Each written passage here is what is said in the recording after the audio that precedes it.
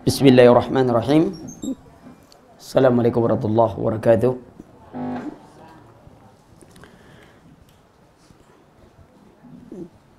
Alhamdulillah wassalatu wassalamu ala Rasulillah wa ala alihi wa sahbihi wa barik wa sallim wa man tabi'ahum bi ihsan ila yaumiddin wa ba'd. Fa inna khairal hadis kitabullah wa khairal huda hadi Muhammadin sallallahu alaihi wasallam wa sharral umur muhdatsatuha fa inna kulla muhdatsatin bid'ah wa kulla bid'atin dhalalah wa kulla dhalalatin binnar. Alhamdulillah kita dipertemukan Allah pagi hari ini. Materi kita apa hari ini? Syirik, sebab dan bahayanya. Baik, kita sengaja pilih yang materi ini karena ini sangat penting untuk hidup kita. Dikarenakan juga kalau kita perhatikan perintah pertama yang ada dalam Al-Quranul Karim itu perintah untuk mengibadati Allah. Ya ayyuhan nasu'budu, wahai manusia, ibadatilah Allah. Jadi kalau kita mulai baca Al-Quran dari Al-Fatihah, penjelasannya, kemudian diiringi tentang golongan manusia, Allah berikan orang yang diberi nikmat, kemudian orang-orang munafik, orang-orang kafir, orang-orang munafik, ya. Cerita orang kafir sedikit, cerita orang munafik sangat panjang. Di ayat surah-surah pertama, di ayat-ayat yang pertama Al-Baqarah. Panjang cerita tentang sifat-sifat orang munafik, menunjukkan bahaya nifak ini lebih besar dari bahaya orang-orang kafir itu sendiri. Sebab orang nifak menampakkan Islam, menyembunyikan kekufuran, seperti tadi kata Ustadz Syafiq, orang-orang jil, ya, nampaknya Islam tapi dia menyembunyikan, maka itu dia sering menyerang kaum muslimin dan menyerang syariat Islam, ya. Sementara orang-orang yang sesat selalu dibela oleh mereka. Biasa burung itu tidak terbang kecuali sejenis. Artinya kalau orang sesat tentu milihnya yang sesat-sesat juga. Dia terbang sejenis itu. Tak mungkin burung gereja terbang dengan burung pipit aji, kata orang Riau. Sebab burung gereja, walaupun burung gereja sudah banyak masuk masjid, ya. Kan ada burung gereja, Bu. Padahal burung gereja sudah banyak masuk masjid, tapi tak disebut burung mu'alam, ya. Ini masalah juga. Nah, perhatikan bahwa yang kita kaji hari ini adalah tentang kesyirikan. Perintah pertama adalah perintah ibadah kepada Allah. Dua kaedah dasar yang paling penting yang perlu kita ketahui bahwasanya, ya, Allah Subhanahu wa taala memerintahkan kita untuk mengibadatinya dan melarang kita bersamaan itu. Allah melarang kita untuk menserikatkannya dengan sesuatu. Dan ini perlu kita pahami. Kadang-kadang kita tidak ikut pelajaran. Banyak orang kini saya lihat rajin belajar tahsin Quran, tapi tidak pernah mentahsin iman. Akhirnya yang muncul kesombongan setelah belajar Quran. Baru belajar tahsin, tak ada lagi yang paling hebat bacaan di Jakarta ini kecuali dia saja tuh. Lupa dia mentahsin iman. Bagaimana memperbaiki imannya? Bagaimana caranya mentauhidkan Allah, mengesahkan Allah? Boleh jadi kita belajar tentang tauhid, ya, tentang sunnah. Tapi kalau kita tidak tahu tentang syirik, jangan-jangan kita masuk ke dalam syirik. Maka itu Hudzaifah bin Yaman berkata, "Kana an-nas yas'alu Rasulullah sallallahu alaihi wasallam 'anil khair, wa kuntu sa'altuhu 'anil syarr." Sahabat bertanya kepada Rasulullah tentang kebaikan. Aku bertanya kepada Rasulullah tentang keburukan, mukhafan, karena aku takut ayyaqa'a fihi, jatuh ke dalam keburukan itu. Umar bin Khattab katakan, yunqadu 'aural Islam urwatan idza nasha'at fil Islam ma la ya'fur jahiliyah. Kekokohan kaum muslimin, kemuliaan, kesatuan mereka itu lepas helai demi helai. Apabila hidup di tengah kaum muslimin itu orang-orang yang tidak mengerti masalah apa? Masalah jahiliyah. Dia belajar Islam, Tapi dia bangga pada kelompoknya, golongannya. Ini sifat jahiliyah. Sifat jahiliyah. Kita belajar sunnah, tapi kadang-kadang kita mengucap salam pun hanya pada majelis taklim sendiri. Kalau kita tengok orang, kita tengok ini satu taklim atau bukan. Bukan, tak jadi mengucap salam. Padahal dari jauh sudah kita ancang-ancang nih, oh ini Muslim ini. Ikhwan atau tidak? Ditengok, celananya dulu ditengok. Cingkrang apa tidak? Tidak, tak jadi mengucap salam. Berarti bukan anggota majelis taklim. Lihat, ini sifat jahiliyah. Bangga kelompok dengan golongan. Banyak ada juga kita yang juga belajar dalam sunnah tapi bangga dengan kelompok dan golongan. Ada ustaz jemaah favorit ustaz ini, ada jemaah favoritnya ustaz ini, ada jemaah favorit TV ini, ada jemaah favorit TV itu. Terjadi. Padahal kita berada dalam sunnah, tapi sifat jahiliyah itu muncul. Kenapa? Lupa memperbaiki dan mengenal bagaimana sifat-sifat jahiliyah. Sehingga Syekh Muhammad bin Abdul Wahab menulis satu kitab Masailul Jahiliyah. Menceritakan tentang sifat-sifat bagaimana orang jahiliyah, sifatnya, apanya. Jadi itu perlu dipelajari. Ya. Kenapa? Supaya kita bisa memahami dan kita tidak jatuh ke dalamnya. Bu, kalau kita belajar bid'ah bukan untuk bid'ahkan orang. Agar kita tidak jatuh ke dalam bid'ah. Kita belajar tentang syirik bukan kita untuk memusyrikan orang. Kadang-kadang kita belajar masalah bid'ah, yang kita pikirkan bid'ahnya orang. Bid'ah kita tak pernah pikir. Bid'ahnya orang saja. Akhirnya hati kita makin belajar akidah makin keras. Sebab duduk belajar akidah tu hanya tujuan nak nembak orang saja. Ustaz tak perlu kasih contoh tapi dia sudah dapat contoh. Ini bid'ahnya. Contohnya tak perlu Ustaz, saya tahu orangnya itu Ustaz. Kalau yang itu saya tahu Ustaz, orangnya yang itu Ustaz. Semua contoh yang akan dibagi Ustaz dia sudah dapat itu. Sebab dia lah tahu orangnya orang. Jadi selidikinya semuanya bid'ah orang. Ente? Kalau saya tak Ustaz kata dia. Lihat. Kita belajar Islam, belajar akidah, belajar apa melunakkan hati kita sehingga kita terbentuk menjadi orang-orang yang betul-betul menjadi rahmatan lil alamin. Jangan orang nengok muka kita lah ketakutan dulu. Karena sifat kita, sikap kita itu membuat mereka takut. Tidak sedikit yang sudah pakai jilbab besar ketika pergi taklim, ada orang yang jilbabnya masih kecil, itu terasing. Yang kelompok ibu-ibu pakai cadar duduk sama ibu-ibu pakai cadar semua. Ibu-ibu yang jilbab besar semuanya. Yang jilbabnya masih tanggung-tanggung, duduk tanggung-tanggung, masing-masing bengong sendiri. Tidak membuat daya tarik orang. Yang baru ngaji akhirnya, ngapa tak ngaji lagi bu? Saya dicuekin datang situ, mungkin karena jilbab saya masih kecil. Lihat ini, karena sifat seperti ini tidak boleh ada kepada kita yang kaum muslimin. Hari ini kita belajar tentang kesirikan. Sirik, sebelumnya kita harus ketahui bahwa Allah Subhanahu wa taala mengutus Nabi sallallahu alaihi wasallam, "Wa ma arsalnaka illa rahmatan lil alamin."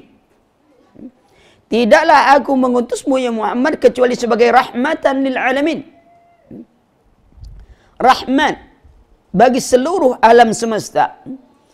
Bagi manusia bagaimana lembutnya, dengan binatang saja diajarkan untuk bersikap lembut, menyembelih binatang saja punya ada orang yang tidak memberi makan kucing saja diancam dengan api neraka. Bagaimana ini rahmatnya Islam, rahmatan lil alamin. Ada pada contoh Rasulullah sallallahu alaihi wasallam, laqad ja'akum rasulun min anfusikum.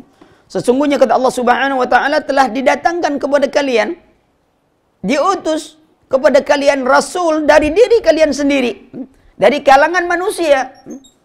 Kan kalau nabi kita itu jin, susah juga kita. Gimana kita mau lihat? Ya.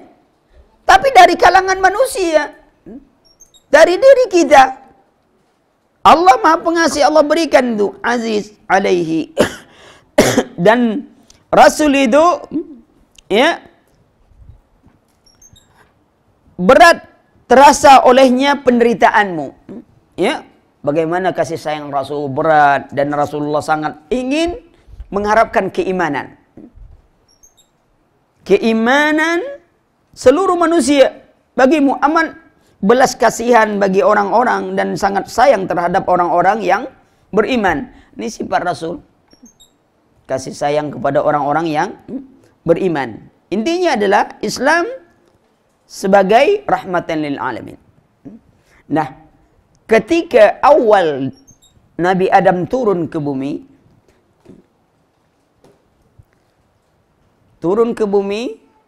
itu agamanya satu. Tak beda. Ummatan wahidah. Sampai kepada Nabi Nuh alaihi salam. Sampai ujung-ujung masa Nabi Nuh terjadi perubahan dalam agama. Orang mulai mengibadati sesuatu selain Allah Subhanahu wa taala. Lalu Allah mengutus Nuh alaihi salam untuk memperbaiki, mengembalikan kepada tauhid. Ya. Nah, begitulah terus sampai akhirnya kepada zaman Nabi sallallahu alaihi wasallam. Diutus untuk mengajakkan orang kepada tauhid dan menghindarkan manusia kepada kesyirikan itu sendiri. Ya. Kemudian lalu bagaimana sejarah terjadinya? Secara bahasa pengertian dulu, asyirku anta ja'ala lillahi niddan wa huwa khalaqaka. Kata Rasulullah sallallahu alaihi wasallam, syirik itu adalah engkau menjadikan sesuatu sebagai tandingan bagi Allah, sedangkan engkau tahu bahwa Allah menciptakanmu. Jadi syirik tidak hanya mengatakan Tuhan itu 2, 3 atau 4, tetapi menjadikan sesuatu sebagai tandingan bagi Allah. Kadang tandingan dalam cinta tuh. Tandingan dalam maksud dan tujuan. Tandingan dalam peribadatan. Tandingan dalam rasa takut. Tandingan dalam harapan. Engkau jadikan sesuatu sebagai tandingan bagi Allah Subhanahu wa taala. Tandingan dalam doa. Berdoa tidak langsung kepada Allah, meminta dulu kepada selain Allah melalui perantara. Ya. Lihat mereka syirik dalam doa. Fa iza rakibu fil fulki da'ullaha mukhlishina lahuddin falamma najjahum ilal barri idza hum yusyrikun. Tatkala mereka mengendarai kendaraan di lautan, tiba-tiba datang gelombang yang besar, mereka hanya minta kepada Allah dengan memurnikan seluruh ketaatan pada Allah. Lupa itu pangkat tuh. Lupa jabatan, harta, lupa ya. Yang suami lupa dengan istri. Ini sudah bahaya besar masalah nih. Kapal kecil gelombang besar. Jalan sendiri, istri tinggal di rumah. Itu lupa semua tuh. Berdoa hanya kepada Allah. Falamma najjahum ilal barri. Ketika mereka diselamatkan sampai ke daratan, izahum yusrikun. Mereka buat syirik. Apa kata nakhoda kapal? Kalau bukan saya nakhoda, udah lama tenggelam kapal. Masinis katakan, untung saya matikan mesin tadi. Tukang layar katakan, untung saya turunkan layar. Orang awam melihat Pak Kiai yang serbannya besar, untung ada Pak Kiai tadi, kata dia. Begitu ada gelombang, Pak Kiai buka serban, gelombangnya hilang. Tinggal serban Pak Kiai saja jadi gelombang. Yang orang kampung bilang ini kapal-kapal keramat, yang sudah tenggelam mau, masih selamat. Kapal pula yang keramat. Itu manusia. Yang lebih parah lagi ketika datang musibah, mereka berniat, ya Allah selamatkanlah aku. Kalau sudah selamat nanti aku mau pergi ke kuburan si Fulan melepaskan ayam hitam.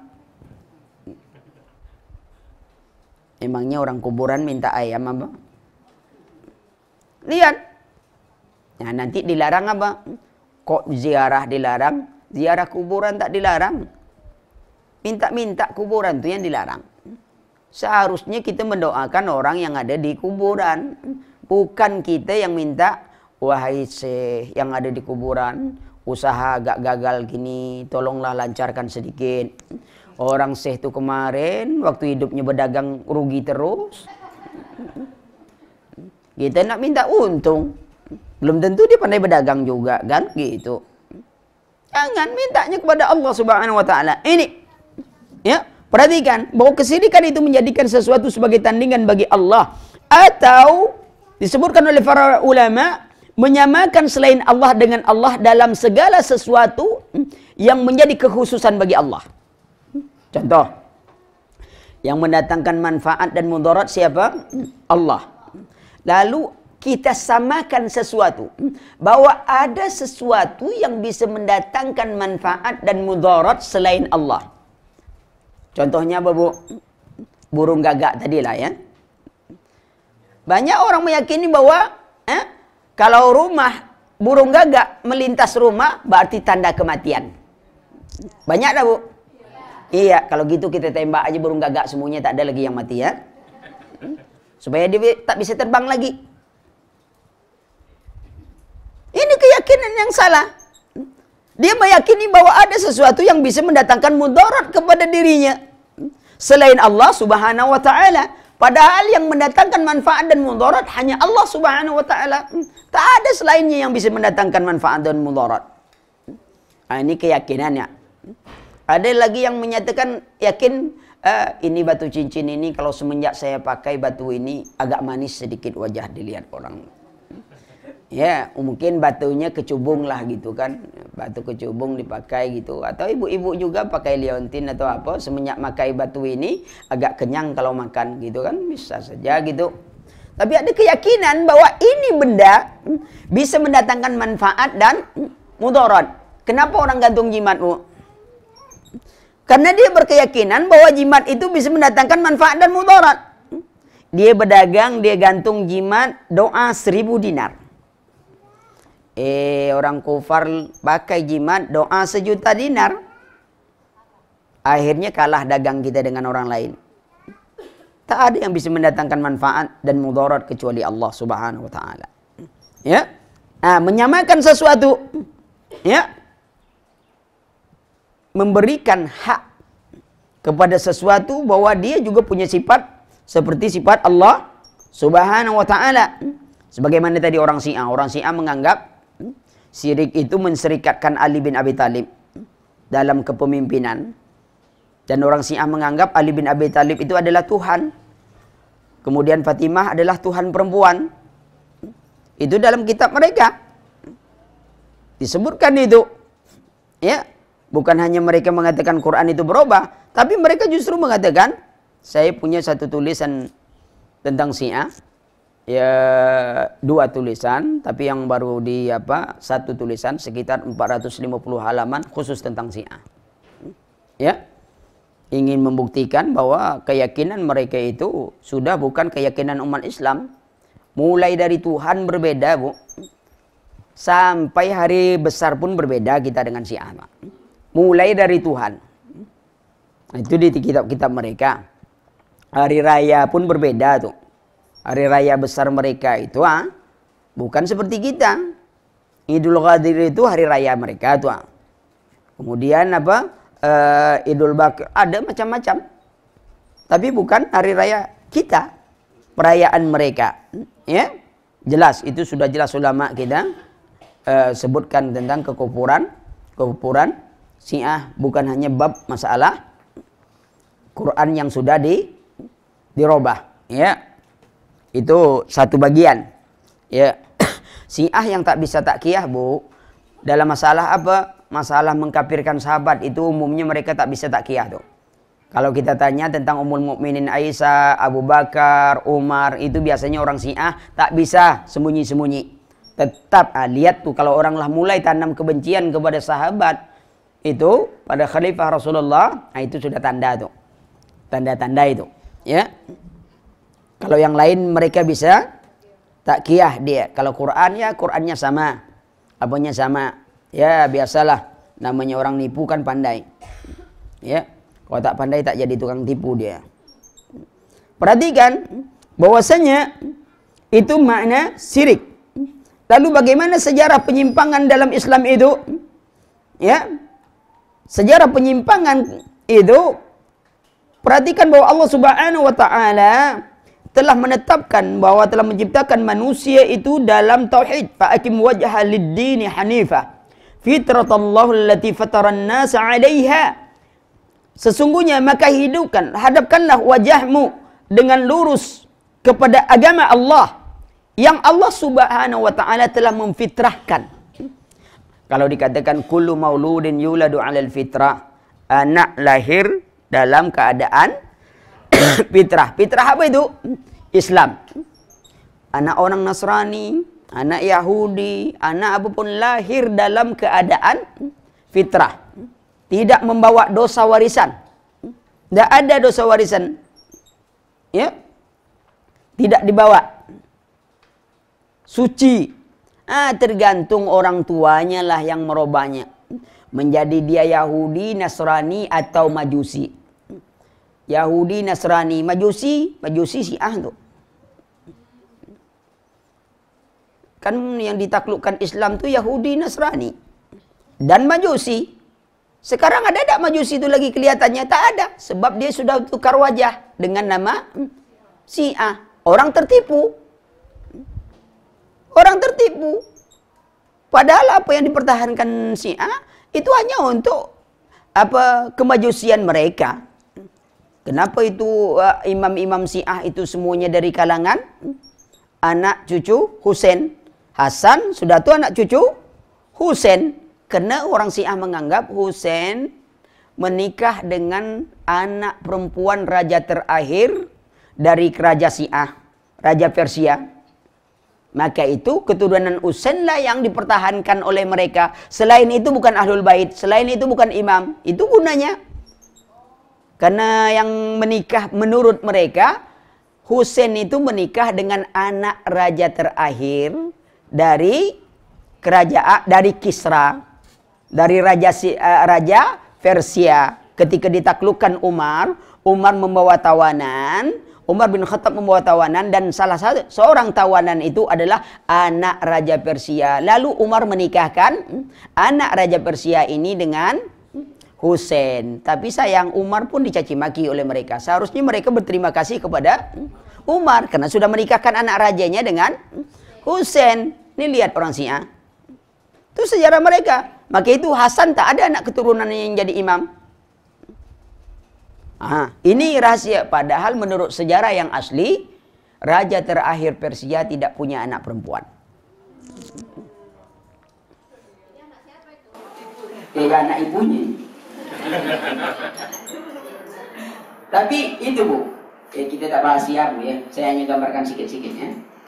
Tetapi begitulah tipuan mereka. Sama hari Asyura. Awalnya itu menangis-nangis. Asyura itu awalnya rintihan Syiah, penyesalan Syiah yang telah membunuh Husain. Mereka menyesal, mereka ini bahwa mereka telah membunuh Husain, mengajak Husain perang, sudah tuh mereka tinggalkan, sudah tuh sebagai orang mereka ada yang membunuh Husain. Baru sudah tuh dipenggal oleh yang lain ini. Orang Syiah, lalu mereka menyesal. Meratapi penyesalan itu dengan memukul badan. Tapi Syiah pandai mutar balik. Dianggap itu penyesalan atas dibunuhnya. Padahal mereka yang membunuh. Ya, itulah tipu dayanya. Perhatikan, ini keadaan. Nah kemudian, tadi bahwa kita berada dalam fitrah. Tergantung kita merubah anak jadi Yahudi, Nasrani atau Majusi. Ini bisa juga tidak dimaknakan dalam perubahan agama. Mungkin anak kita tak berubah agama, enggak. Tapi identitas dirinya sebagai anak Islam itulah tak ada lagi tuh. Sudah kayak orang kafir saja bentuknya tuh. Baik itu dari segi pakaiannya, dari segi gayanya, kayak orang Yahudi, Nasrani, Majusi. Ya. Itu orang-orang Advent itu wanitanya tuh dalam Injilnya juga disebutkan wajib pakai tutup kepala tuh Bu. Wajib tuh. Kalau dia menghadap Tuhan tanpa tutup kepala, maka dia layak untuk dibotak. Itu dalam Injil. Maka itu lihat di TV ada acara khusus tentang Kristen. Kan ada yang pakai jilbabnya besar, kemudian ada palang salib. Karena di dalam mereka ada pakai busana muslimah. Lah, karena asal awal itu kan Nabi Isa kan jelas Islam.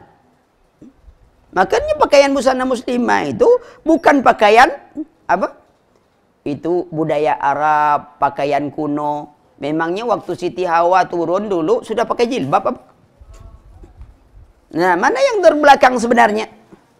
Yang pakai jilbab atau tidak? Itu orang-orang pedalaman tuh, Irian Jaya, pedalaman itu lah pakai jilbab apa belum? Yang buka-buka itu justru menunjukkan bahwa dia kembali ke zaman jahiliyah.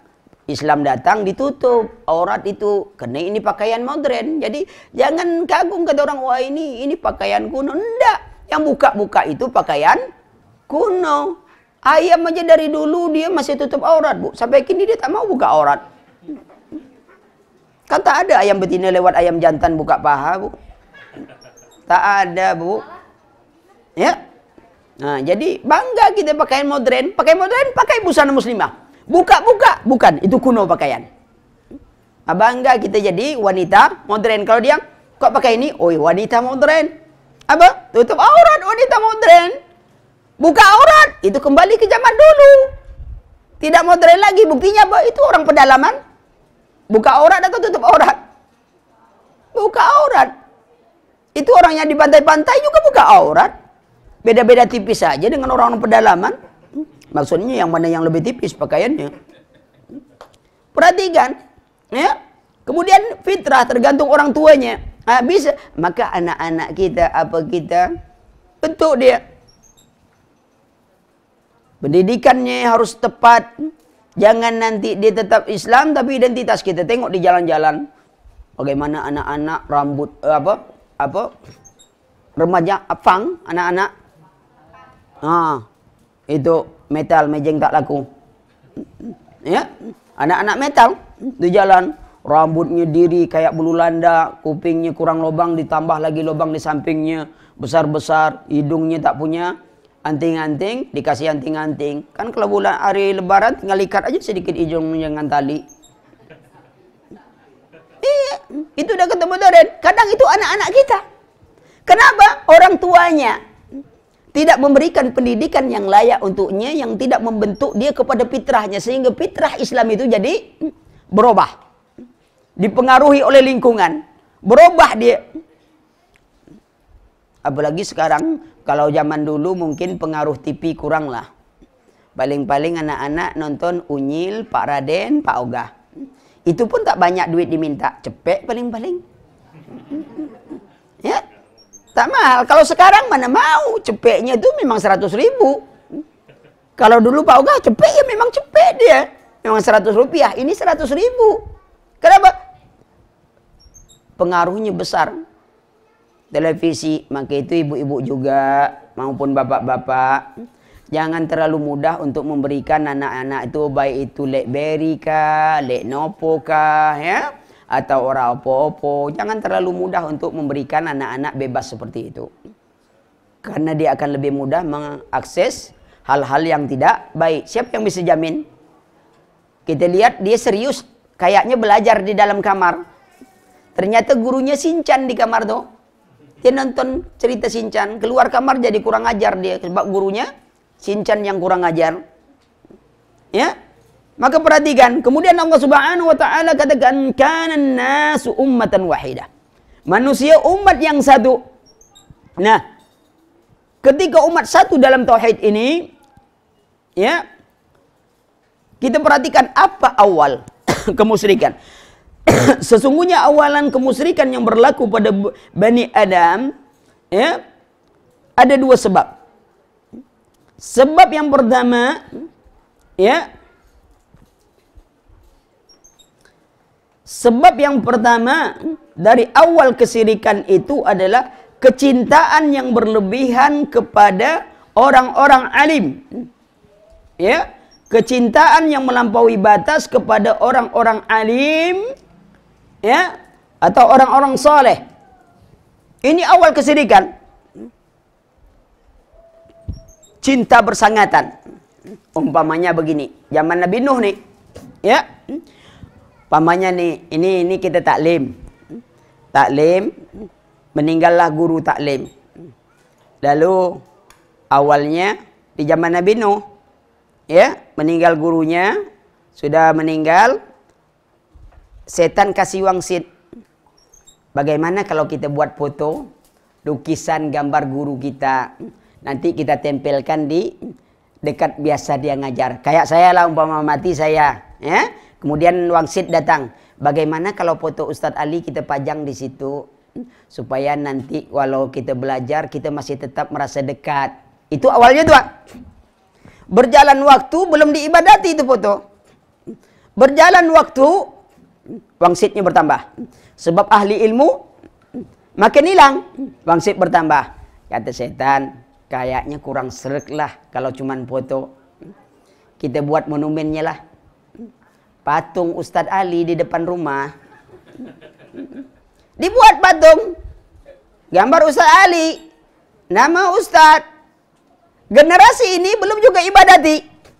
Hanya sekedar mengingat patung untuk mengenang jasanya. Belum tuh.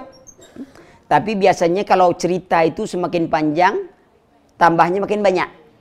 Berbeda kalau ngirim duit. Semakin panjang jaraknya, semakin kurang duitnya. Itu perbedaan kadang-kadang. Jadi kalau berita, orang adu tabrakan, menjelang ke rumah ini beritanya. Berita pertama, tabrakan, senggolan sedikit. Jarak sedikit lagi, patah tangan. Jarak sedikit lagi, kakinya juga patah. Jarak sedikit lagi, kepalanya juga tersenggol. Jarak sedikit lagi, otaknya sudah hancur gitu. Beritanya makin tambah. Begitu lu lihat, segar aja. Rupanya yang tangan patah tuh kucing yang tertabrak. Kaki. Yang patah cerita orang tuh terjadi ketabrak di situ. Apa? Tangannya patah. Otaknya keluar. Dia pikir kawannya tadi. Bukan. Yang tangan patah tuh ada kucing lewat. Tertabrak, tangan kucing patah. Lalu digilas lagi yang lain, otaknya keluar. Bukan temannya. Tapi namanya berita mesti banyak. Mana ada ngurang-ngurangi berita. Jarang nambah. Bagaimana beritanya? Ya sudahlah. Itu aja beritanya. Tengoklah kalau di WhatsApp. Hati-hati bu pakai WhatsApp. Berita komentar tuh paling banyak tuh di WhatsApp tuh. Yang tidak layak untuk berkomentar, komentar juga tuh. Yang tidak layak untuk dikomentari, dikomentari juga tuh. Kalau berita itu tidak benar dan kita menyebarkan, kita tanggung jawab dosanya. Berapa orang? Jadi ibu-ibu kalau sudah punya WhatsApp, sudah punya ini, boleh saja. Tapi jangan banyak komentar yang patut dikomentari sedikit. Kalau lebih baik tak usah komentar. Diam. Baca sedikit langsung hapus. Baca sedikit hapus sudah. Tak repot-repot kita. Tapi inilah kirim lagi, yang satu balas lagi. Kamu begini, alah mulai itu. Musuhan tuh. Itu banyak tuh WhatsApp. Ya. Facebook kan gitu juga. Awalnya cari kawan lama, ketemu janda lama. Nah, itu musibah tuh. Banyak itu kejadian. Hati-hati. Dibatasi keadaan itu. Bukan kita menghalangi teknologi. Tetapi banyak kan yang lebih bermanfaat dari sekedar apa? WhatsApp, sikitnya kirim ini. Kadang-kadang lebih banyak mijit BlackBerry daripada mijit suami. BlackBerry bu. Iya BlackBerry lah bu. Ya.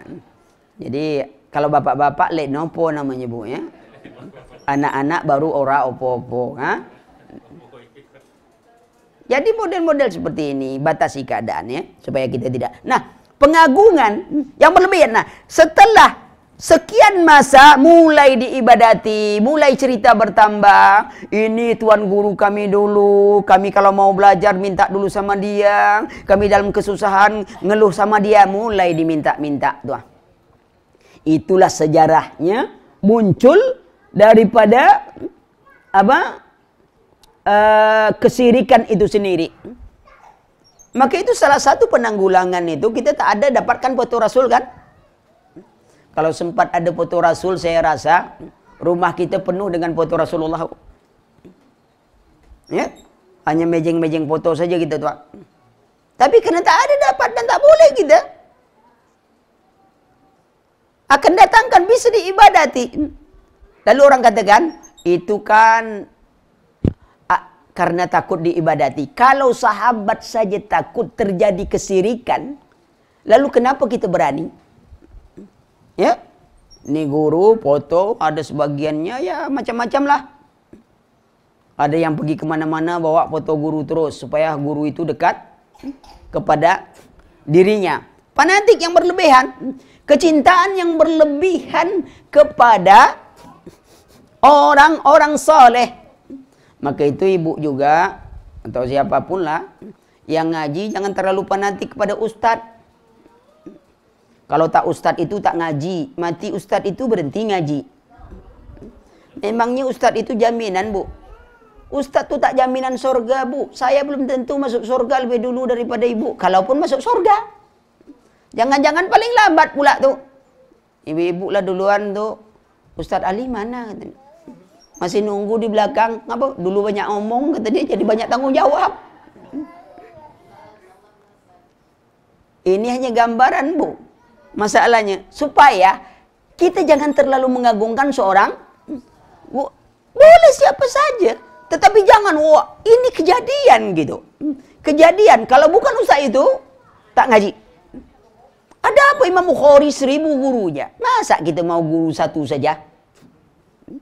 Banyak, tapi gurunya ya yang jelas manhajnya. Bukan guru banyak sembarangan.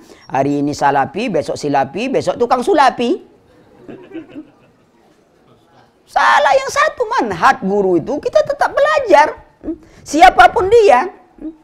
Apakah dia masuk TV kah? Atau sudah keluar dari TV? Atau tak pernah masuk ke dalam TV? Iya. Kadang-kadang milih. Anak, Ustaz pernah masuk TV tak? Anak bilang anak tak pernah masuk TV. Ya. Kalau sempat anak masuk TV tak bisa keluar lagi. Anak susah. Apalagi radio. Lebih kecil lagi itu lebih parah lagi. Saya tak pernah masuk-masuk. Saya bilang. Ya. Jangan.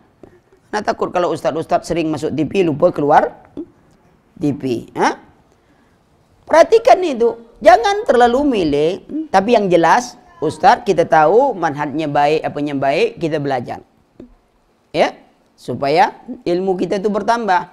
Kan beda-beda ustaz. Mungkin bahannya sama. Tapi caranya berbeda. Membuat pemahaman kita pun juga jadi bertambah. Satu ustaz ini nyampaikan satu umpamanya pemahaman. Datang ustaz satu lagi sama juga sebenarnya materinya. Tapi ada nambah pemahaman. Datang satu lagi akhirnya kita banyak mendapat pemahaman itu. Ya. Nah, tentu tadi catatan mesti tetap dalam satu manhaj yang benar. Kemudian itu diantaranya sebabnya ya ini cinta yang berlebih-lebihan kepada orang-orang saleh.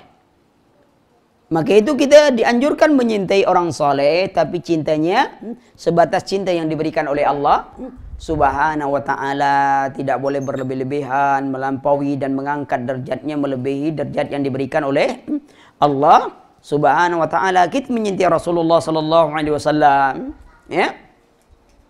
Nah, pada zaman Nabi Nuh mulai terjadi itu. Adapun pada zaman yang silih berganti sampai datang kepada generasi berikutnya sampai kepada zaman Nabi Muhammad sallallahu alaihi wasallam, ya, mulailah terjadi perubahan dari agama Nabi Ismail alaihissalam, ya, yang dirubah, yang dibawa oleh orang-orang yang tidak bertanggung jawab, ya, lalu diibadatilah berbagai berhala, ya, pohon, ada yang batu, ya. Ini semua diibadati oleh mereka karena awalnya adalah untuk mengenang jasa Allata wal Uzza wal Manat ats-tsalisata al-ukhra, ya.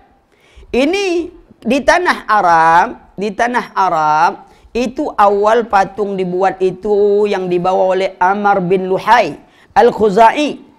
Dialah yang pertama kali merubah din Ibrahim. Dia membawa patung-patung ke tanah Arab atau ke tanah Hijaz secara khusus, ya, sehingga patung-patung tersebut diibadati akhirnya jadi Tuhan selain Allah Subhanahu wa taala. Maka ketika ini merajalela terjadi seperti itu, ya, ajaran yang suci itu sudah tersebar kemana-mana sebagaimana terangkan Allah Subhanahu wa taala, bagaimana mereka mengatakan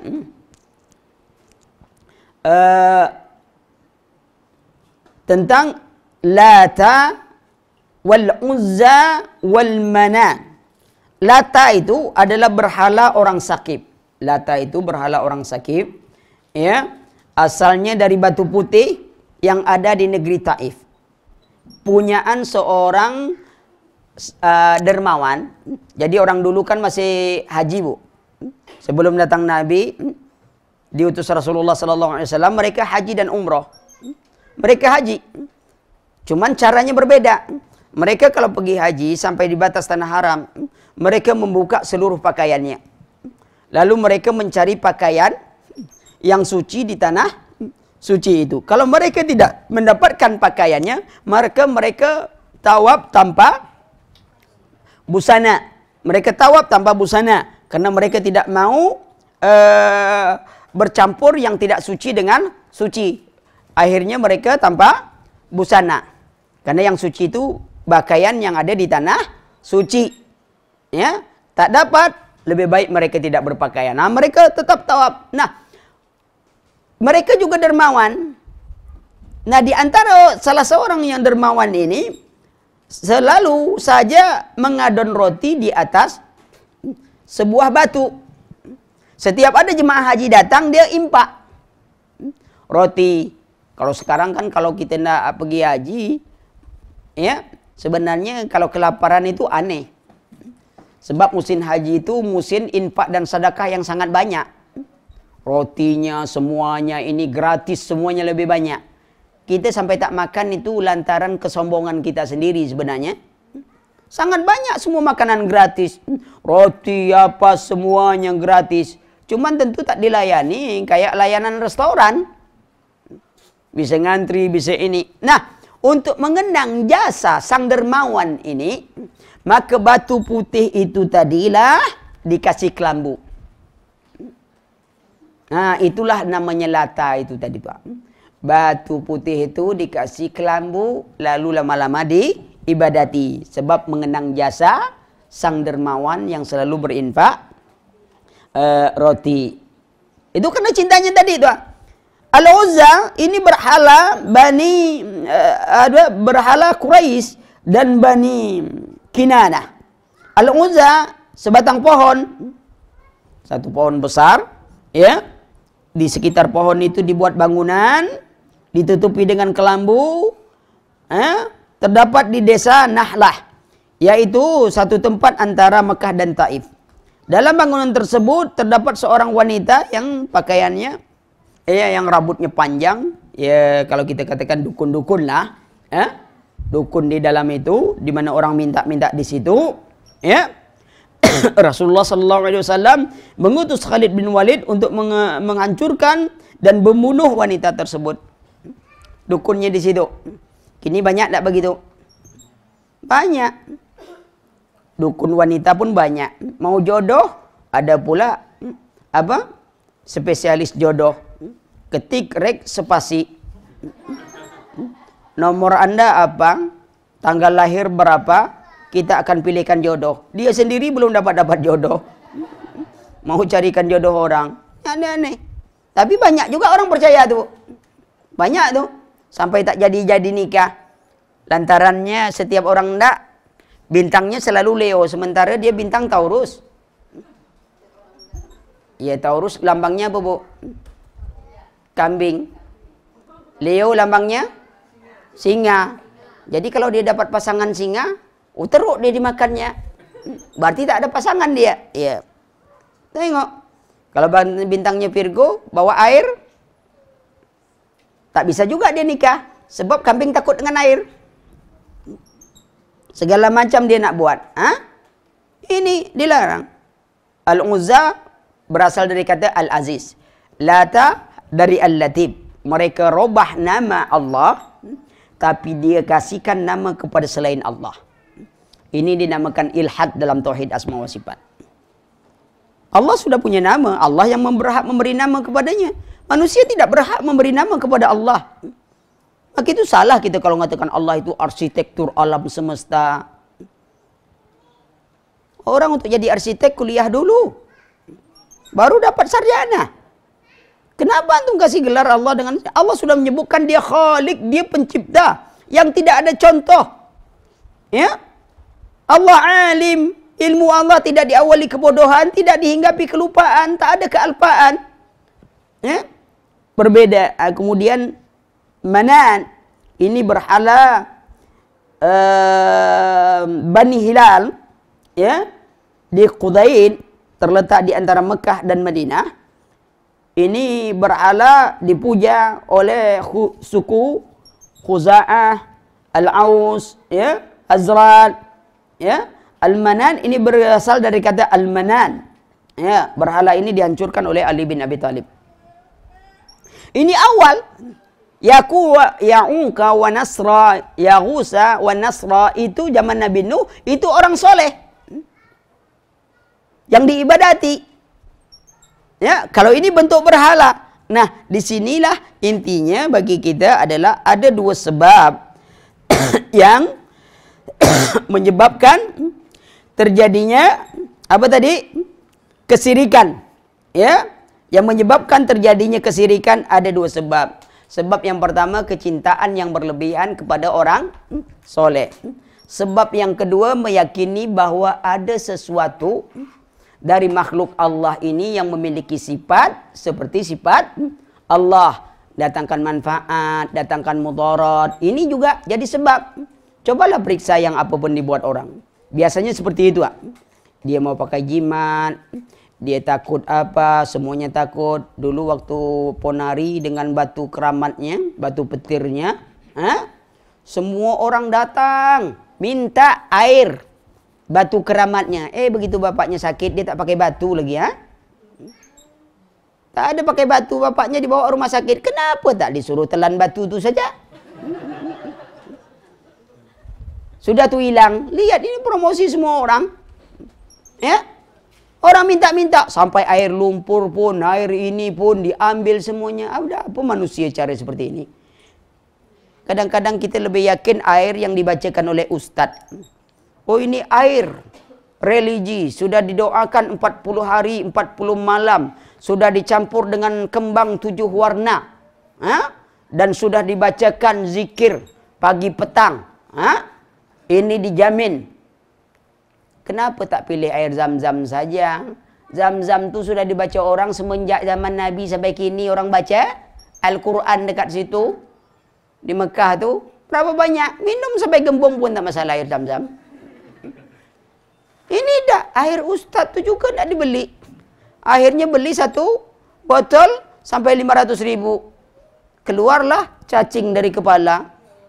Hebat betul. Saya tak kagum pada kalau ada dukun yang bilang dia bisa mengeluarkan cacing dari kepala. Saya betul yakin kalau kagum kalau ada dukun bisa mengeluarkan pesawat dari kepala. Ditekan dia doang keluar pesawat Sukhoi. Kalau cacing semua orang pandai, orang dari mulut aja bisa keluar cacing.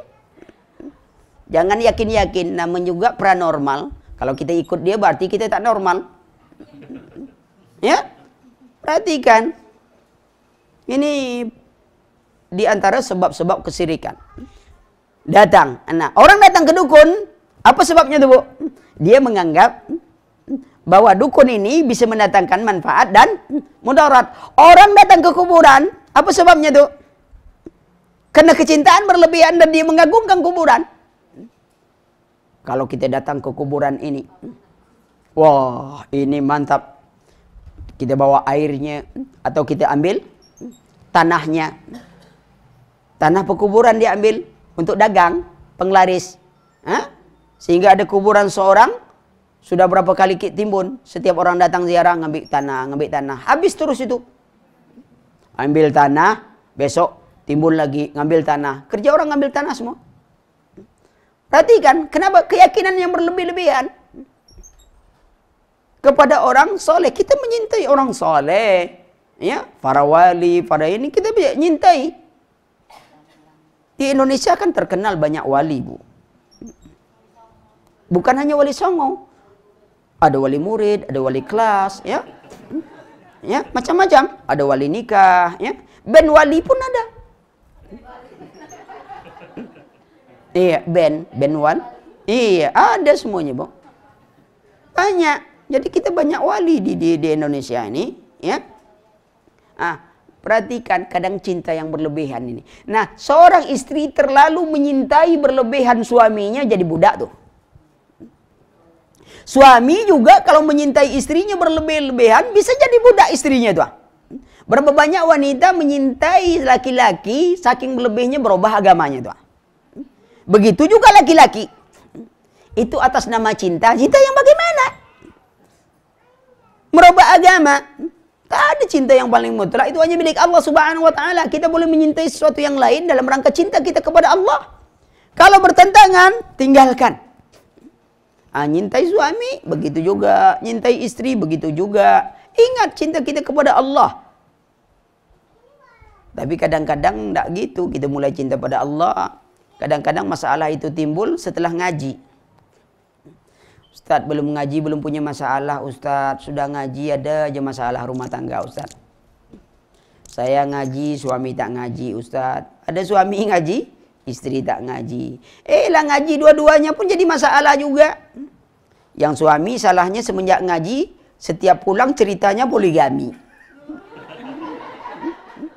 Asal pulang poligami. Pulang poligami, tentu istri itu uring-uringan jadinya.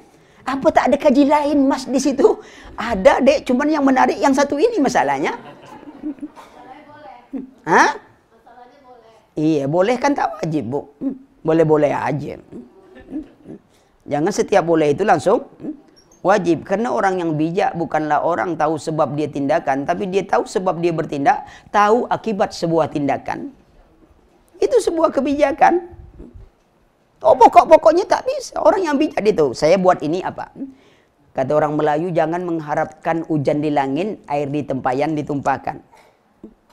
Kita ingin sesuatu yang baru, mungkin kita merasa akan bertambah kebahagiaan, lalu kita campakkan kebahagiaan yang sudah ada, itu salah cara kita berpikir. Salah cara kita bijak. Kan jadi masalah, pulang poligami. Dek, poligami adalah sunnah yang ditinggalkan. Saya ingin engkau menjadi wanita pertama dan terdepan memperjuangkan poligami. Wih, rayuannya mantap, Bu. Kalau gitu, biar saya carikan, Mas. Sudah dicarikan, ternyata dapat madu, istrinya kehilangan manisnya, madunya sudah disedot semuanya. Akhirnya istrinya tak ada manis lagi, ditinggalkan sajalah, asam saja istrimu. Perhatikan. Ini, yang istri juga begitu. Semenjak sudah ngaji, lebih utama pergi majelis taklim daripada melayani suami. Pergi pagi, pulang petang. Alasan? Pengajian. Pergi pagi, pulang petang, pengajian. Udah malam, capek. Apa bedanya dengan wanita karir juga? Pergi pagi, pulang petang. Cuman dicari dunia. Oh, kita kan pengajian, Mas. Enggak, mana yang utama? Mana yang utama duduk sehingga emasnya jadi curiga. Ini Bu, nih kalau ya Ustadz itu ngaji, dia ngaji terus, datang terus. Sampai malam pun dia ikuti terus kemana-mana Ustadz nih. Ini suaminya siapa sebenarnya nih? Jadi masalah. Coba imbang-imbang, ngaji pun juga. Tapi ingat mana yang paling utama dalam, bagi wanita mana paling utama. Ternyata melayani. Ketika membuat kopi itu wajib atau tidak, Bu? Wajib membuat kopi. Bahaya ibu nih. Berarti tiap pagi harus buat kopi nih. Enggak. Ibu boleh buatkan suami itu kopi sebagai pelayanannya. Tapi ketika suami itu sudah minta kopi, bisa jadi wajib tuh. Nek, buat kopi. Mubah awalnya kita boleh buat, boleh tidak. Tetapi ketika dia sudah minta, karena ini sudah perintah suami, wajib jadi itu. Karena sudah perintah. Ya. Kalau dia tak minta, ya pelayanan nih Mas, nih kopi. Ya, Mas mau yang pahit atau yang manis. Kalau yang pahit, kopinya aja itu saya kasih air gitu. Pilih aja. Tapi kalau dia sudah minta, walaupun awalnya mubah, jadi sebuah kewajiban. Kenapa dia jadi wajib? Karena perintah suami. Mana lebih utama? Enggak Mas, saya mau pergi belajar lagi nih, udah ketinggalan ini. Berapa lama buat kopi? Sebentar aja. Yang lama tuh motokopi, Bu. Iya, buat kopi tak masalah. Motokopi itu agak lama nunggunya sikit, ha? Buat kopi, buatkan aja, ya.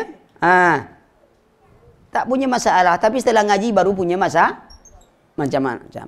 Usaha pun begitu. Banyak orang kadang. Kenapa? Masing-masing tidak menjaga keadaan. Kembali gitu, pada kesirikan. Nah, bahwasanya kecintaan yang berlebihan itu. Saya pernah dulu mendapatkan ada orang datang dengan istrinya. Lalu istrinya juga cerita bahwa setelah dia tahu agama, tahu ini, ya, dia hanya ingin mengabdikan diri kepada Allah. Hampir 2 tahun dia tidak pernah ngurus anak dan suaminya. Pokoknya dia pergi taklim, dia belajar, dia ini, dia itu, dan suaminya sabar. Tapi datang juga ke rumah mengeluhkan keadaan seperti itu. Suami istri menganggap inilah jalan dia. Kalau cinta suami hanya urusan dunia. Padahal Allah memerintahkan. Allah yang memerintahkan. Bayangkan tuh. Ada sebagian lain lagi semenjak dia berguru. Gurunya mengatakan apa? Cinta guru itu lebih besar daripada cinta kepada suami. Kenapa? Karena suami hanya memberi nafkah untuk dunia. Sementara guru memberi nafkah tentang akhirat. Ilmu yang diberikan. Terbaliklah otak para istri semua. Ada apa ini Ustadz nih? Hah? Apa masalah? Kalau mau cari istri, cari aja.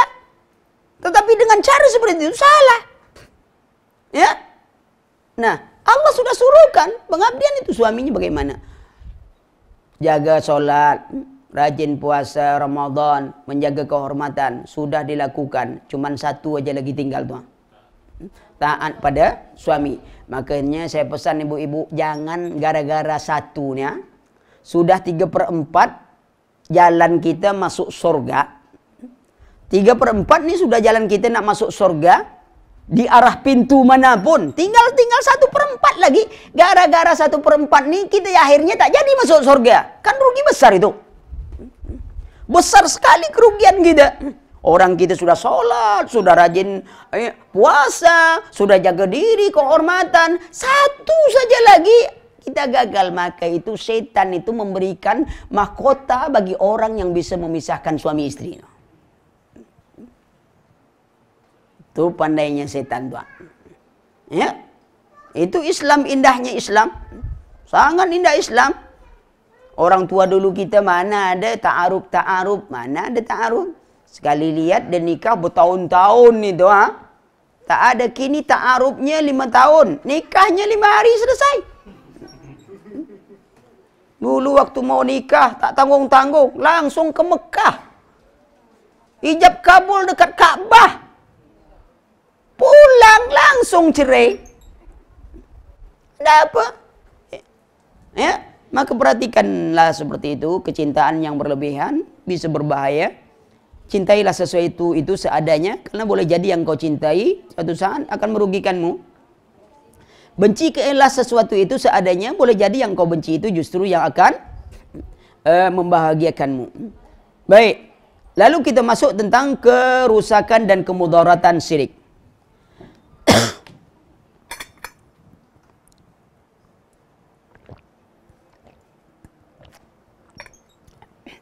Kerusakan pertama, bahwa syirik itu akan menghilangkan, menghinakan sifat kemanusiaan. Ya, bahwa kesyirikan itu akan menghilangkan dan menghinakan sifat kemanusiaan. Allah Subhanahu wa taala berfirman, "Walladzina yad'una min dunillah la yakhluquna syai'an wa hum yukhlaqun." Segala sesuatu yang mereka ibadati selain Allah itu tidak dapat menciptakan sesuatu dan mereka diciptakan. Bu, bagaimana hinanya? Lihat. Kita lihat di Jawa ada namanya Kiai Selamat, Bu. Siapa tuh Kiai Selamat? Hah? Oh, berarti pertanyaan salah, Bu. Apa itu Kiai Selamat? Ya. Kalau siapa itu Kiai Selamat, berarti orang tuh. Tapi apa itu Kiai Selamat? Kebo. Sudah mati atau belum? Kebo itulah mati, Bu. Yang tinggal kini keturunannya. Kalau keturunannya itu hamil 7 bulan, itu diturunkan kayak orang. Kalau dia keluar jalan, tuh pada bulan Muharram umpamanya ini keluar jalan, kemudian dia buang kotoran, itu berebut ngambil kotorannya tuh. Ke badan. Bukankah itu menghina manusia tuh? Menghinakan manusia. Ambil kotoran, habis di badan. Belum lagi benda-benda yang dikatakan keramat, lalu keris dimandikan, ini dimandikan, lalu orang berebut ngambil air mandi, air bekas mandi keris dengan alasan ini bisa awet muda. Yang mandikan aja sudah keriput. Ngapa tak awet muda? Ya besi itu awet muda juga dia terus macam itu. Tapi lihat, ketika dia melakukan kesyirikan, mereka menghinakan diri mereka. Pergi Ratu Pantai Laut Selatan, Nyi Roro Kidul, bagi sesaji, supaya dapat ikan yang banyak, supaya apa yang banyak, tak kaya-kaya juga. Ngapain Ratu Roro Kidul dikasih makan? Kalau dia pandai suruh aja cari makan sendiri, ikan banyak di laut. Ngapain dikasih makan? Kalau dia dikasih makan berarti dia lemah. Suruh aja, dia kan sakti. Mau masakan apa ambil ikan jadi. Ya, mau gula ini jadi ini sudah tinggal tunjuk aja, tak perlu masak. Orang sakti kok. Ngapa pula kita yang ngurus dia? Banyak betul yang kita urus, ha? Tapi orang ketika sudah melakukan itu, apa yang terjadi? Kan ini sebab apa? Dia merasa bahwa ini akan mendatangkan manfaat dan mudarat dalam hidupnya. Dia merasa ada yang bisa mendatangkan mudarat selain Allah. Akhirnya dia jadi budak, dihinakan dirinya. Jalan, ya. Pakai baju, tak boleh baju yang hijau. Kalau baju hijau nanti diseret ke laut. Ya orang tak pandai berenang pakai baju hijau tentu seret ke laut. Ngapain? Ini jadi masalah. Ada mungkin di situ namanya Roro Kidul atau siapa mungkin ada. Tapi mungkin itu dari apa? Turunan-turunan iblis, sebab iblis itu istananya di mana? Di lautan. Bisa saja itu anak keturunannya yang akan merusak manusia. Ini dia kan baik, itulah cara jin. Kadang-kadang dengan alasan dia berbuat baik, tapi dalam itu apa yang diinginkan dia? Wa kana rijalu minal insi ya'udu birijali minal jinni. Apa yang ditambah? Wazaduhum rahaqa. Laki-laki dari manusia minta tolong kepada laki-laki dari jin dan tidaklah ditambah oleh jin itu kecuali kesyirikan, kedurhakaan, makin kuat keyakinannya pada jin. Ini yang terjadi. Menghinakan sifat manusia. Orang bergantung pada jimat.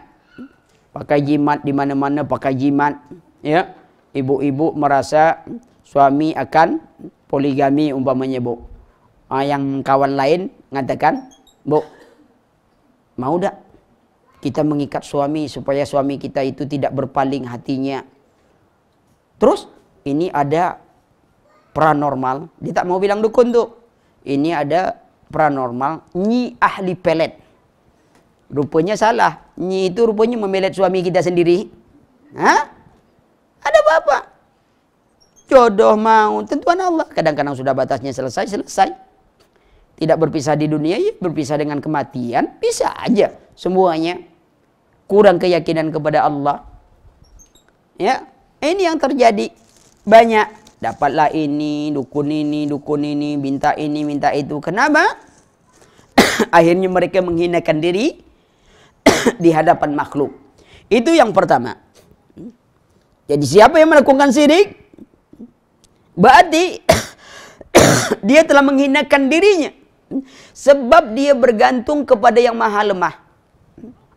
Dia tidak bergantung kepada yang maha kuasa. Dia tidak bergantung kepada yang maha hidup. Yang lemah. Nah ini Bu. Jangan bergantung. Minta aja kepada Allah. Bangun malam minta, ada permasalahan dunia kita. Masalah dengan suami. Masalah dengan lingkungan. Bangun malam. Solat. Laporkan semua kesedihan itu kepada Allah. Ya, minta Allah menyelesaikan masalah ini. Dalam doa kita usaha, kemudian kita sabar menanti hasilnya. Jangan tergesa-gesa, kata Rasulullah. Tanda doa yang dikabulkan itu diantaranya dia minta tidak tergesa-gesa. Sabar. Jangan kita ngomong, saya sudah lama berdoa tapi belum dikabulkan. Nah, ucapan belum dikabulkan itu menyebabkan doa kita tak dikabulkan. Banyak tak kita ngomong gitu? Saya sudah berdoa tapi belum dikabulkan. Itu menyebabkan kita tak dikabulkan tuh. Sebab itu tanda tergesanya kita berdoa. Allah mengabulkan. Allah tahu kapan kita membutuhkan itu. Allah tahu tuh. Kadang-kadang sudah sekian tahun kita berdoa belum dapat. Lalu lupa kita doa, tiba-tiba satu saat rasa-rasanya kita pernah minta ini nih. Kok baru ini dikabulkan saat kita benar-benar membutuhkannya. Baru kita dapat, baru kita sadar bahwasanya doa itu disimpan Allah dan Allah memberikannya pas saat kita membutuhkannya. Sabar. Nah, itu jaga, Bu. Walaupun nama Ibu Sabariyah tetap sabar juga. Bapak-bapak Sabarudin pun ya sabar juga. Penting sabar. Doakan dengan kesabaran. Yang kedua, syirik itu merupakan kezaliman yang besar. Contohlah, kalau kita di PHK, rumah sewaan diambil orang, anak mau kuliah, istri masuk rumah sakit nak melahirkan, kendaraan tidak ada, uang pun tak punya, sedang bengong-bengong, datang teman, ada apa ente sekarang? Waduh, saya udah berhenti kerja, istri lagi masuk rumah sakit, anak mau kuliah, yang ini juga sakit, ya, kendaraan tidak ada. Kata teman tuh, sudah, ngapain ente bingung? Ente kerja sama saya, ente pindah ke rumah kontrakan saya dan ente tak usah ngontrak. Pakai aja selama-lamanya. Motor ini ada, pakai. Biaya rumah sakit anak nanggung, kuliah anakmu saya tanggung. Sudah begitu jasanya pada kita. Ya, tiba-tiba kita mencuri di rumahnya. Apa kata orang, Bu? Zalim tak tuh? Zalim. Sekarang Allah. Dulu kita lahir tanpa kekuatan, Allah beri kekuatan. Punya mata tak melihat, Allah beri penglihatan. Punya telinga tak mendengar, Allah beri pendengaran. Punya hati tak memahami, Allah berikan pemahaman. Punya kaki tak bisa berjalan, Allah beri kekuatan. Tak punya pakaian, Allah beri pakaian. Semua nikmat sudah Allah berikan. Tapi ketika sudah kita jalani hidup, pertama kita khianati Allah. Kita tidak mengibadati Allah. Justru kita tunduk kepada selain Allah. Zalim tak tu? Itulah kezaliman yang besar. Wa idh qala Luqman libnihi wa huwa ya'izuhu ya bunayya la tusyrik billah. Inna syirka la zulmun azim. Wahai anakku, kata Luqman, ingatlah ketika Luqman berwasiat kepada anaknya, wahai anakku, ya, la tusyrik billah, jangan engkau serikatkan Allah. Inna syirka la zulmun azim, karena syirik itu adalah kezaliman yang besar. Lihat berapa banyak nikmat yang Allah bagikan kepada kita. Ginjal kita saja disehatkan Allah. Bandingkan dengan orang ginjalnya yang rusak, berapa kerusakannya. Kalau cuci darah saja kita satu hari, satu minggu itu 2 kali, sekali cuci 500.000, berarti 1 juta. Seminggu, sebulan, sudah 4 juta. Belum lagi biaya oksigennya. Kalau Allah minta biaya oksigen setiap hari berapa banyak kita? Orang kita pakai gas saja berapa sebulan? Ini kita menghirup gas, menghirup oksigen setiap hari. Allah tak minta. Berapa banyak yang diberikan oleh Allah Subhanahu wa taala, tapi kita tidak bersyukur kepada Allah, bahkan justru kita menserikatkan Allah. Itu kezaliman yang besar, tuan. Itu besar, tuan. Maka hati-hati. Maka hati-hati dengan kesirikan ini. Ya. Kemudian syirik itu akan menghapuskan amalan. Syirik besar menghapuskan seluruh amalan. Syirik kecil menghapuskan amalan yang dimasuknya. Itu perbedaannya, Bu.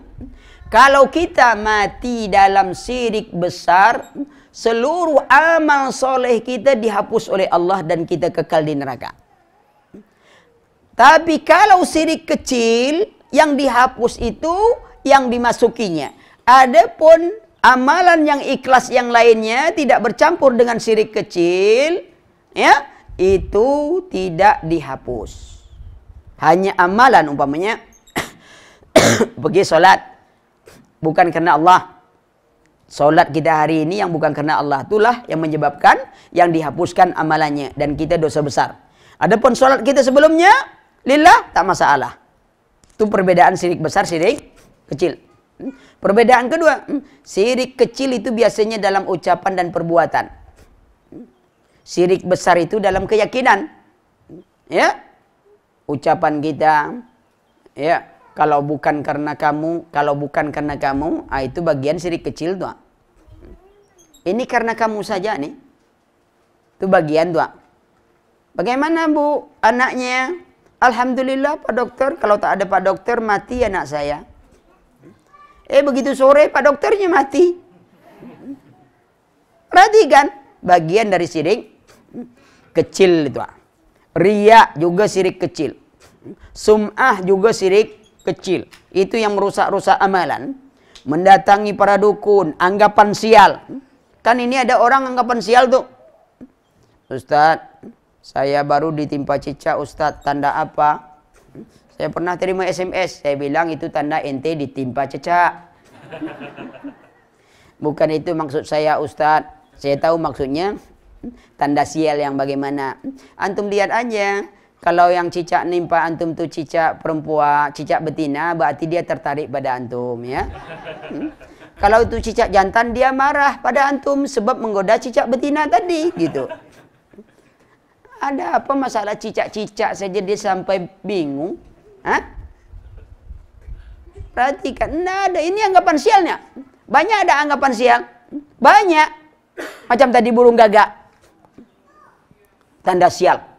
Kalau gagak sudah lewat depan rumah itu tanda akan adanya kematian. Kita tak pernah. Orang mati tetap juga.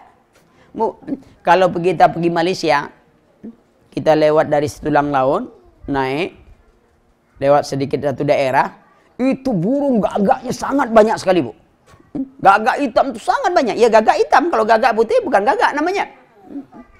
Mungkin tadi yang jilbabnya seperti burung gagak. Karena burung gagak itu hitam, maka itu dia berpakaian hitam saja, tak ada yang berpakaian putih. Itu kan contoh, ya. Tidak kewajiban, ya, untuk memakai pakaian warna hitam. Nah, kemudian tadi, anggapan sial tadi, bagian syirik kecil, ya, gantungkan jimat. Satu saat syirik kecil bisa jadi syirik besar nanti. Ibu-ibu ada sebagian saya lihat umpamanya kita dapatkan berita apa yang pakai susu. Kalau ingin manis pakai susu apa, Bu? Kalau ingin manis pakai susu gula.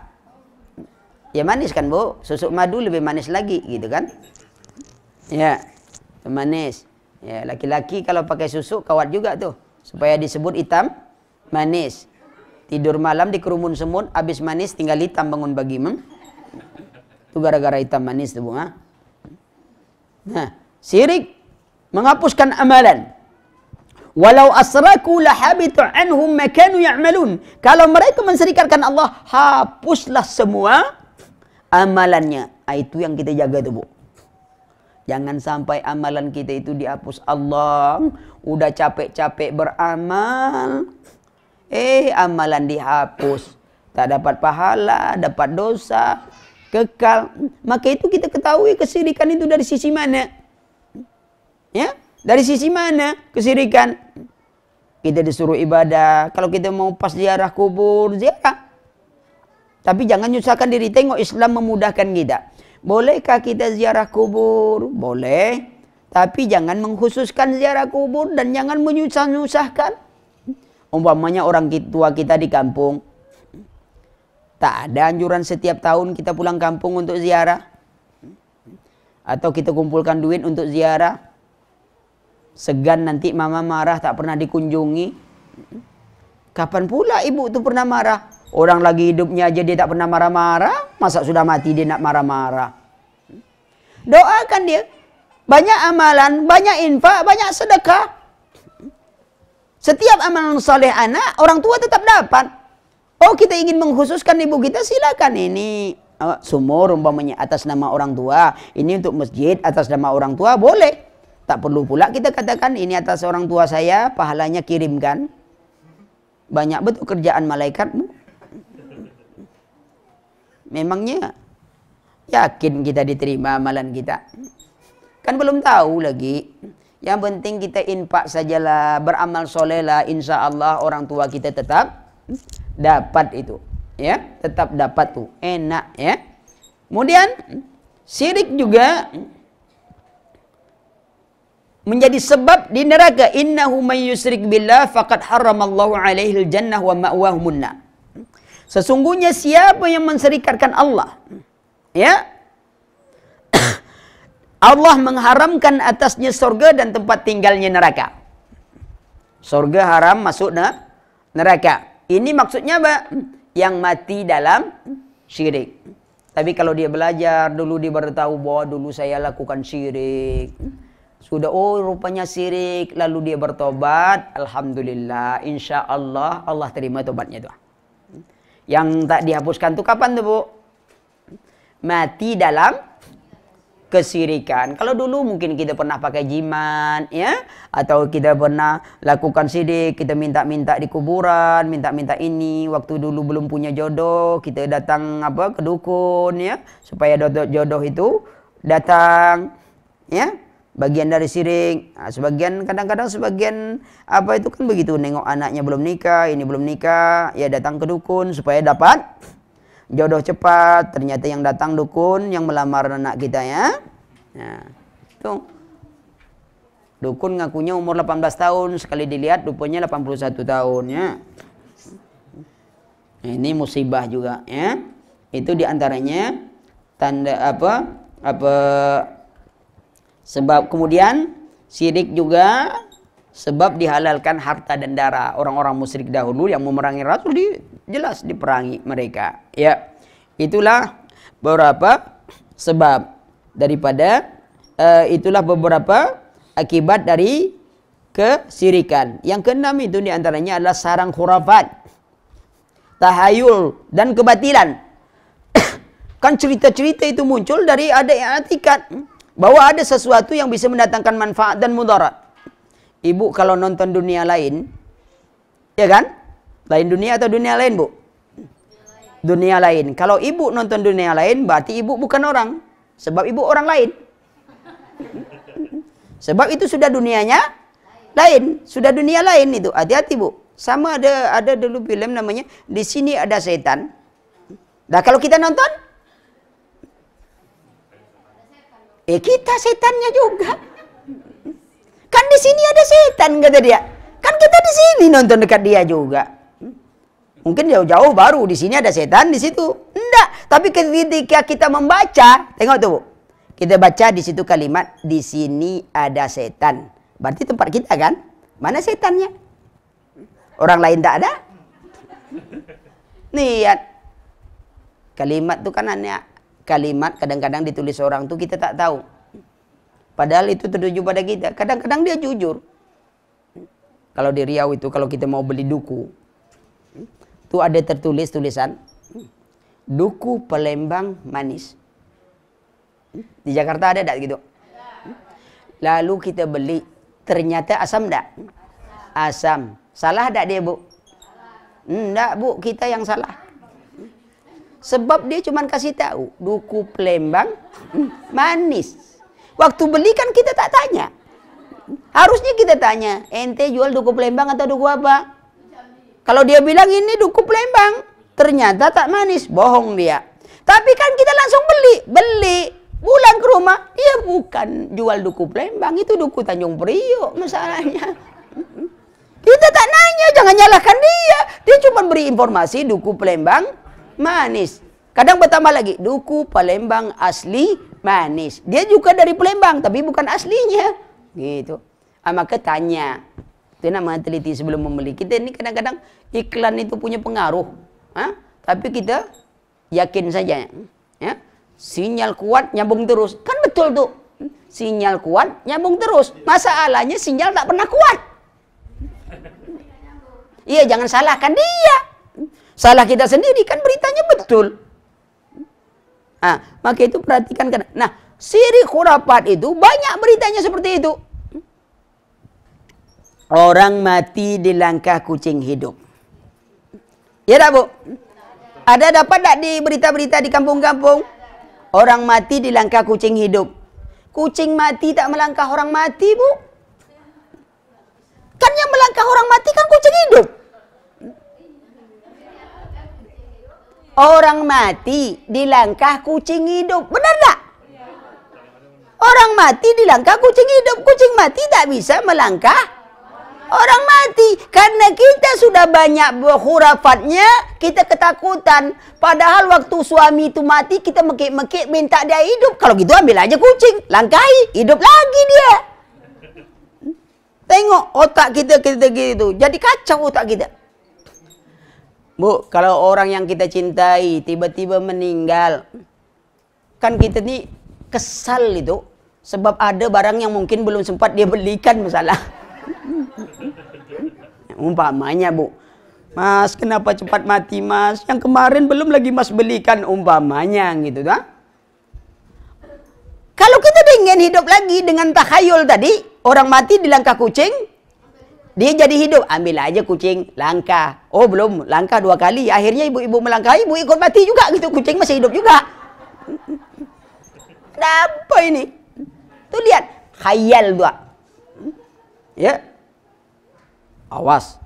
Itu orang kalau meninggal, tutup kepalanya tidak dibuka, jadi pocong. Nah, lihat, justru karena dibuka dia jadi pocong.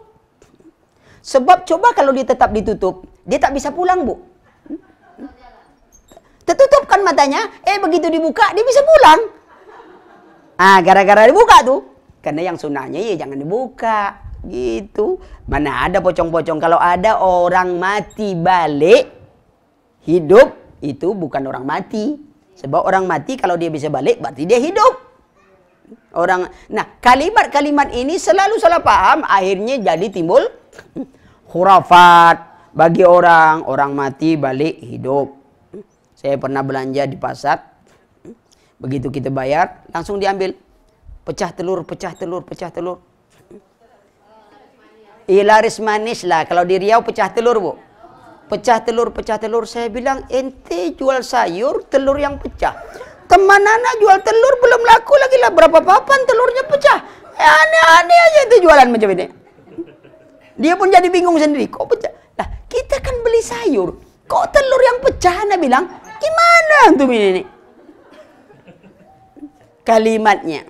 Yang satu lagi, aduh Pak, hari ini agak kurang laris. Tadi saya mau pergi dagang, tiba-tiba melintas mayat, Ustaz.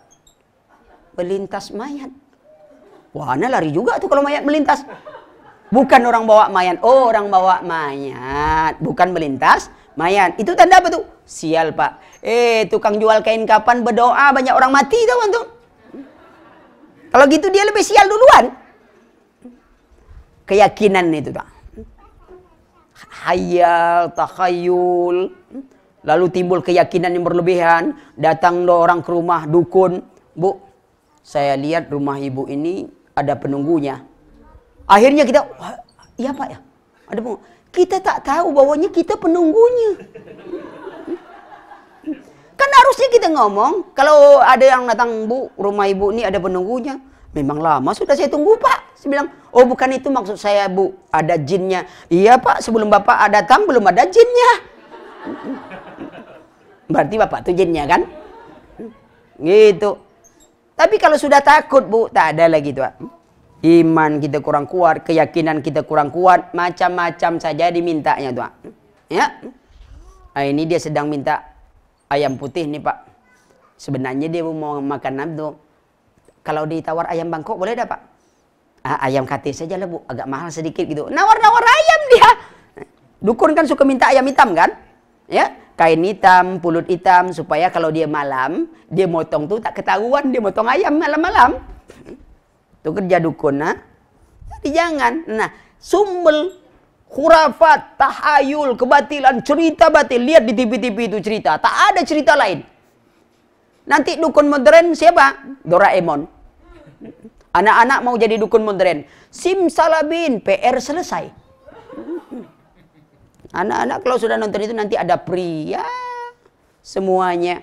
Khayal semuanya. Anak-anak sudah belajar hidup dia berkhayal. Dia berkhayal, PR tak selesai. Ya, Nopita datang apa Doraemon, simsalabin, jawaban dapat. Ya, kalau ibu pemarah, simsalabin, ibu jadi tak marah. Rusak otak anak. Jangan suka dikasih tonton begitu. Ya. Ada kejadian anak nonton-nonton Power Rangers, loncat dari atas, jadi betul, dari hidup jadi mati. Ya. Nah, itu Bu. Sudah setengah 12. Ya, berarti sudah habis tuh Bu. Kan tanya jawab lagi kan? Iya.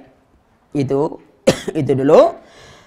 Subhanakallahumma wa bihamdika asyhadu an la ilaha illa anta astaghfiruka wa atubu ilaik. Silakan kalau ada pertanyaan.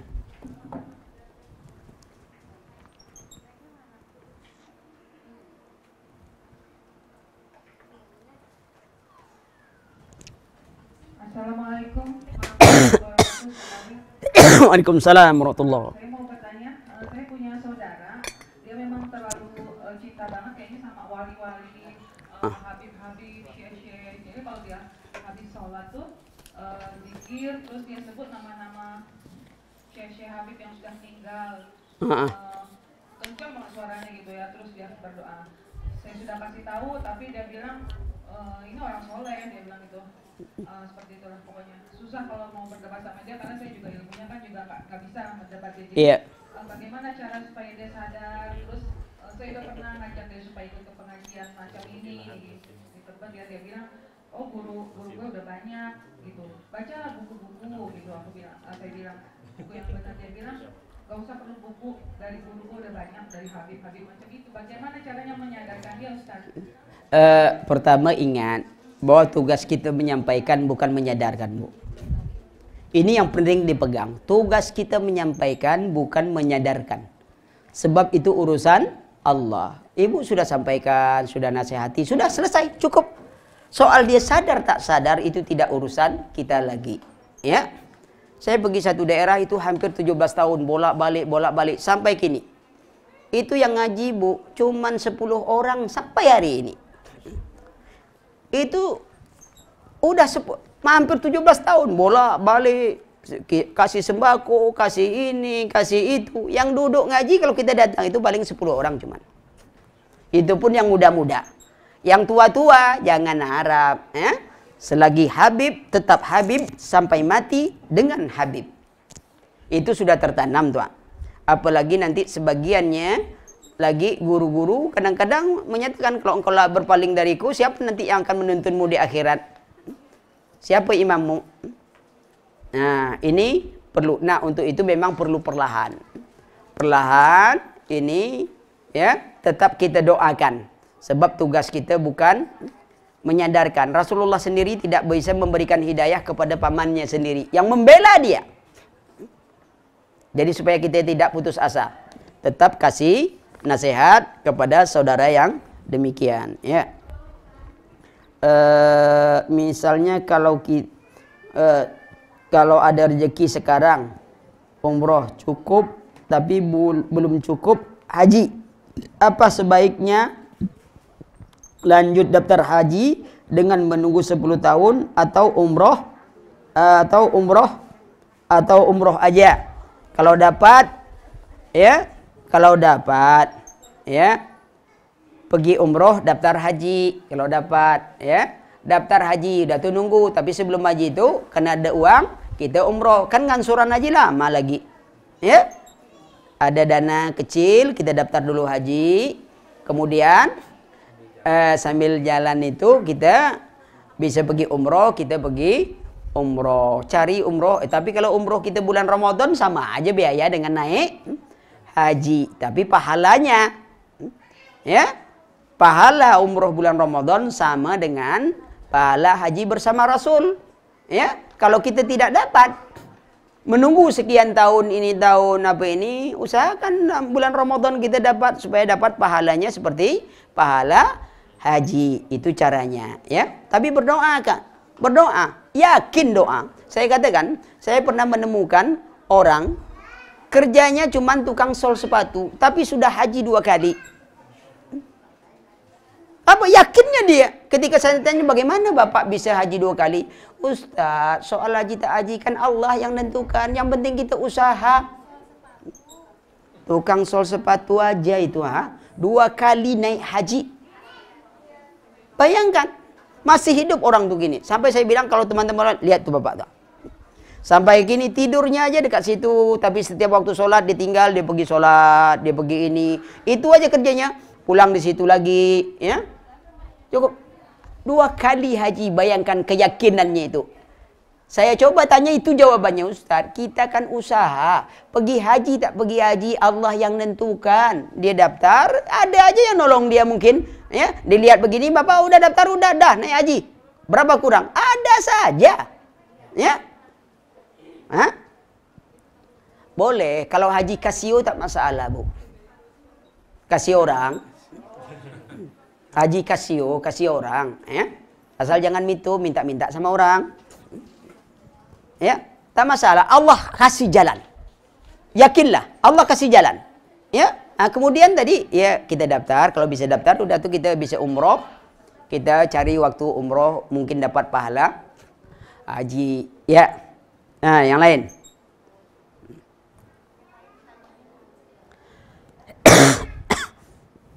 Udah, Bu? Ya, mudah-mudahan bermanfaat.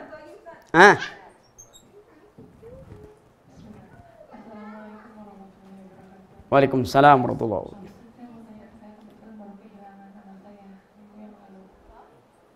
Ya. Berat sama sedih pasti Heeh. kan. Gimana caranya untuk menghilangkan rasa sedih ini? Soalnya saya masih dalam masa nifas, jadi saya belum bisa sholat.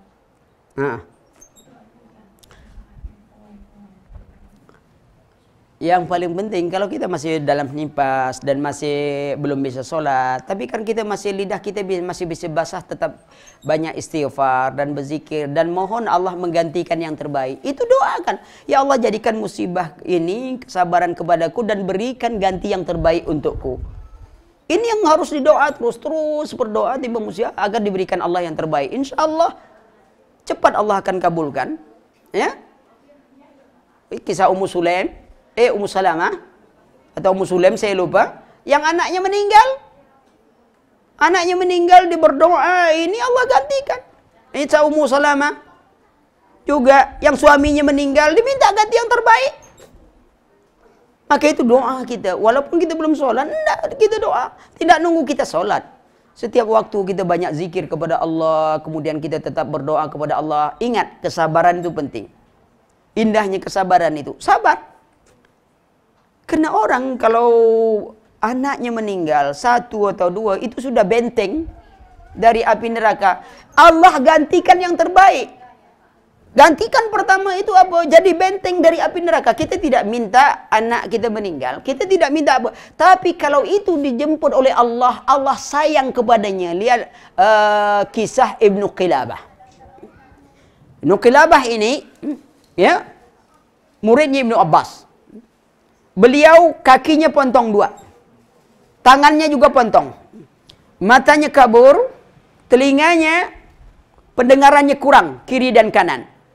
Tapi lidahnya tidak lepas zikir kepada Allah dan dia berdoa, ya Allah, ya, jadikanlah aku hamba-Mu yang bersyukur atas semua nikmat-Mu yang Kau berikan kepadaku, tak Kau berikan pada yang lain. Ada orang mendengar, apa nikmat yang ada pada orang ini?